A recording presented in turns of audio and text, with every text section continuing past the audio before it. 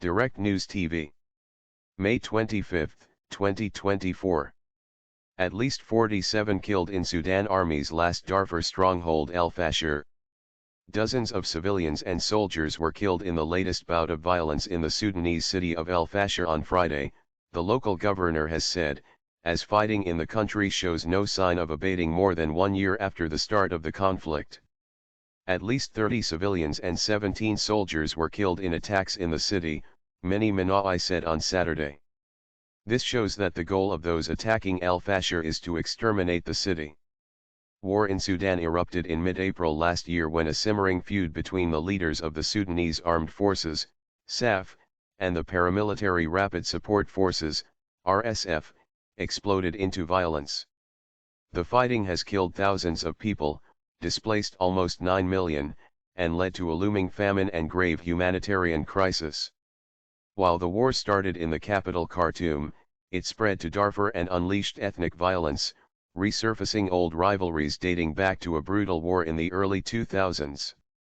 El Fasher is the last domino yet to fall in Darfur as the RSF has taken control of nearly all the main cities of the western Sudanese state. The RSF's steady gains on the ground prompted ex-Darfur rebel leaders Minai and Jibril Ibrahim to break months of neutrality and declare in November last year their intention to join the war on the SAF side. The RSF grew out of what rebel groups call the Janjaweed, an Arab force that killed thousands of non-Arabs in Darfur during the war in the region, which began in 2003 and ended with a peace deal in 2020. Since Minai and Ibrahim's announcement, the Sudanese army has maintained a presence in the city, making it the last stronghold of forces fighting against the RSF. The civilian coordination of civil democratic forces and the groups that are sponsoring and funding it are waiting with patience for the fall of El Fasher to declare the birth of their racial militia state on the skulls of the sons of Darfur in western Sudan, Minai said, referring to a civilian group accused of siding with the RSF. Thousands of civilians are trapped because of the fighting. Alex Duval, the executive director of the World Peace Foundation, said the fall of El Fasher could see larger-scale brutality against civilians and that a famine is already unfolding in Darfur.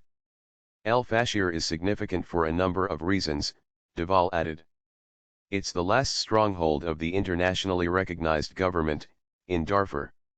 It's also a place where the other armed groups that are allied with the government, are holed up.